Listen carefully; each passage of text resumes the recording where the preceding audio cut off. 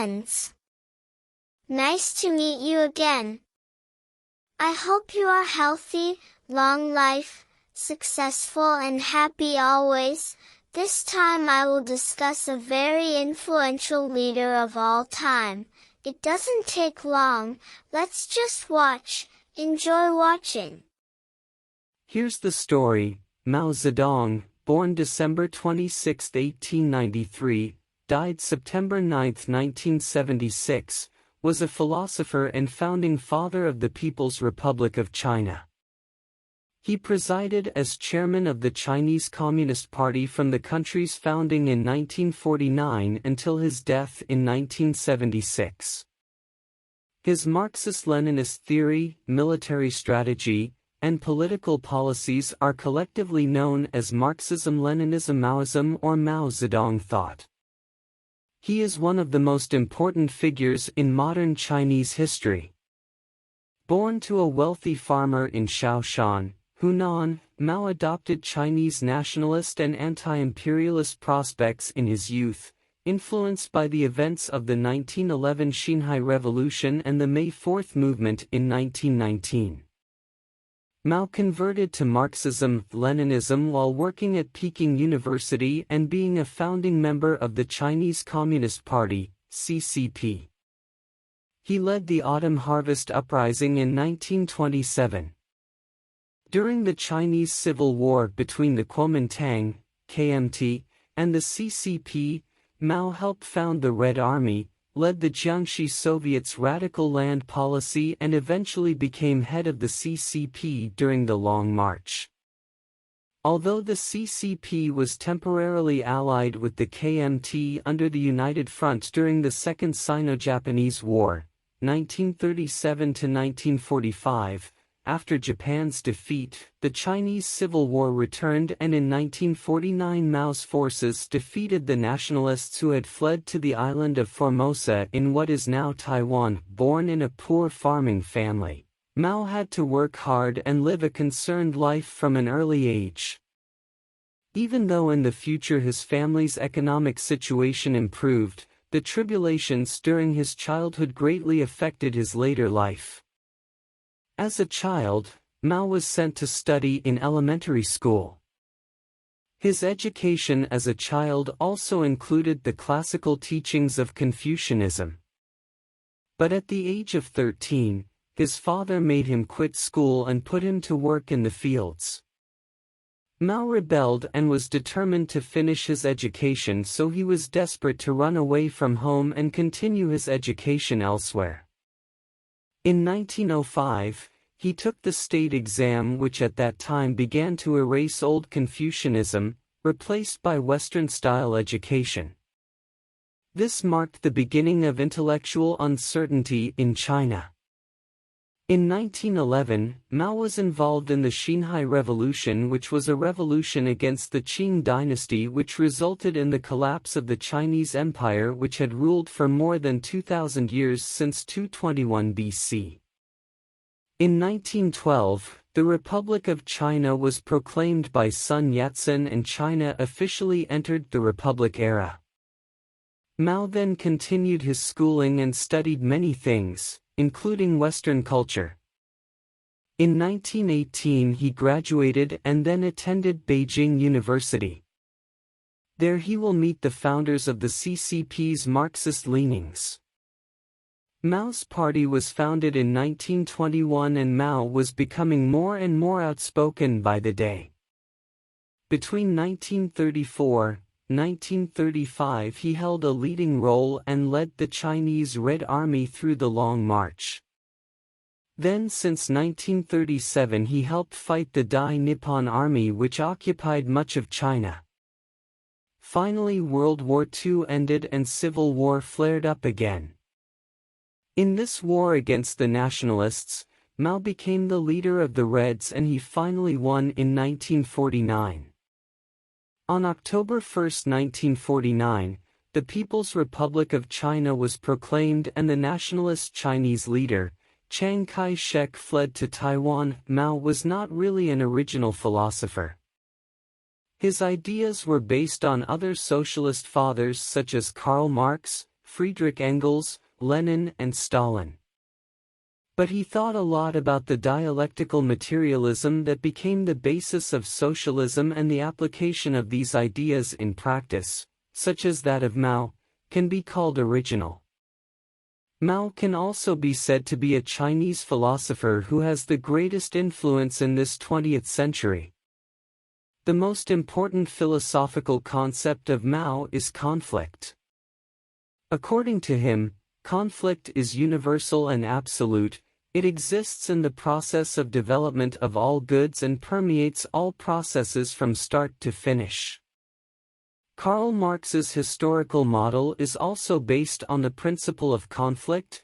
Oppressing class and oppressed class, capital and work are in an eternal conflict.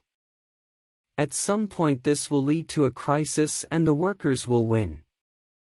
In the end this new situation will lead to another crisis, but logically all processes will eventually lead us to a stable and harmonious balance, according to Mao. Mao came to think that all conflicts are universal and absolute, so in other words they are eternal. Mao's conflict concept has similarities with the yin-yang philosophical concept. It all sounds like a dogma belief. Below is an excerpt of his thoughts on conflict.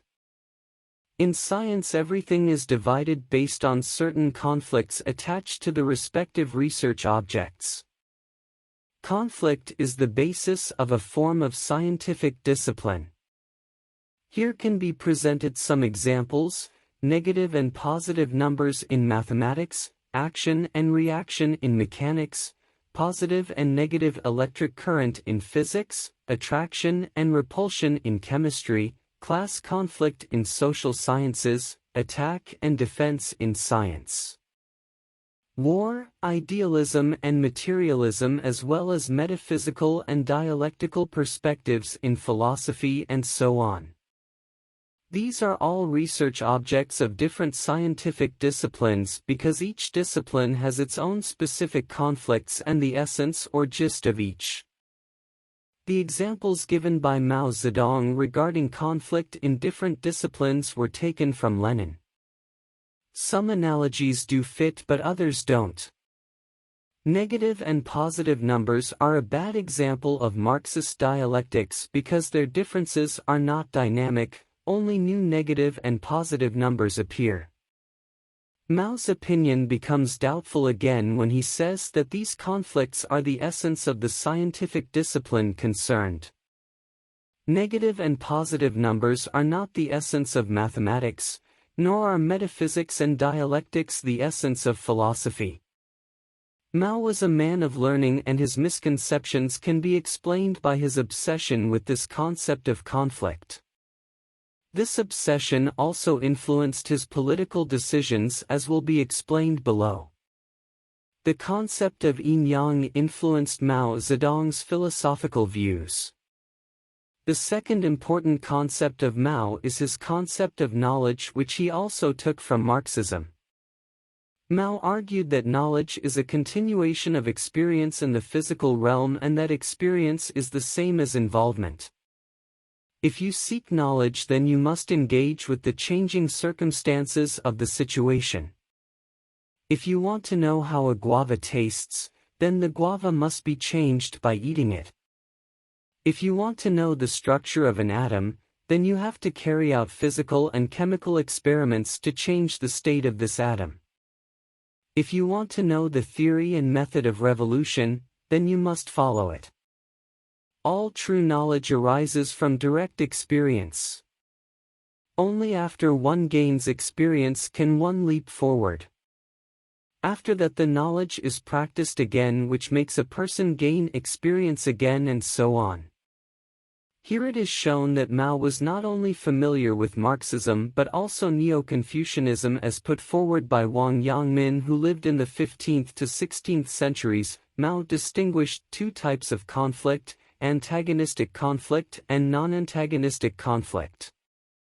According to him, antagonistic conflicts can only be solved by a battle, while non-antagonistic conflicts can be solved by a discussion. According to Mao, the conflict between the workers and the capitalists is an antagonistic conflict, while the conflict between the Chinese people and the party is a non-antagonistic conflict. In 1956, Mao introduced a new political policy in which intellectuals were allowed to express their opinions as a compromise to the party which suppressed it in order to avoid cruel repression, accompanied by the motto, "Let 100 flowers bloom and 100 different minds compete." But ironically, this political policy failed. The intellectuals were dissatisfied and issued a lot of criticism. Mao himself believed that he had been betrayed by them and he was seeking revenge. About 700,000 members of the intelligentsia were arrested and forced to work in rural areas. Mao believed in a revolution that is eternal in nature. He also believed that every revolution must produce counter-revolutionaries. Therefore, he regularly eradicates and arrests what he considers his political opponents and traitors or counter-revolutionaries. The most dramatic and heartbreaking event was the Cultural Revolution that occurred in 1966. The 1960s was the season for students around the world rebelling against what they considered the establishment or those who ruled. Likewise in China. The difference is that in China they are supported by their lecturers and party dignitaries, including Mao himself. The students and lecturers set up the so-called Red Guards, a paramilitary unit. Armed with Mao's Red Book, they attacked the lackeys of capitalism and Western influences and other counter-revolutionaries. As an example of their fanaticism, they refuse to stop on the highway when a red light is on because they think that the color red, which is a symbol of socialism, cannot possibly mean something that stops. So in 1966 the members of the Red Guard were very blind in eradicating the counter-revolutionaries, so that the Chinese state was in a very precarious state and was on the verge of collapse. Its economy was not working. Eventually Mao was forced to lower the People's Liberation Army to deal with them and stem their fanaticism. The result was a civil war that ended only in 1968. In 1958 Mao launched what he called the Great Leap Forward, in which the countryside was totally reorganized. Everywhere, commune village associations were founded. Economically, this turned out to be a failure. These communes became units that were too large and could not be managed. It is estimated that approximately 20 million Chinese people at that time died in vain. The People's Republic of China, since it was proclaimed by Mao in 1949, was not recognized by the United States. The United States continues to recognize the Nationalist Republic of China, which since 1949 has only controlled the island of Formosa or Taiwan and its surroundings.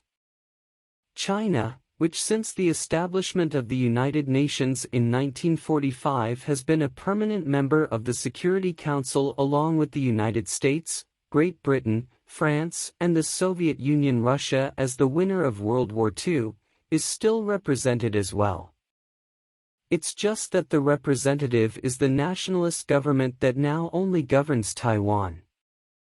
This became strange because mainland China, which at that time had a population of approximately 800 million people, was not represented at the United Nations, which represented only Taiwan, which at that time had a population of perhaps not more than 10 million people.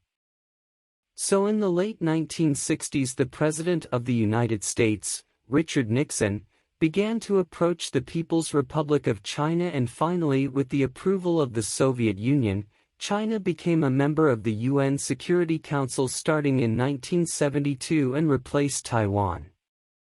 In 1976 Mao Zedong died. After that the People's Republic of China became more and more open.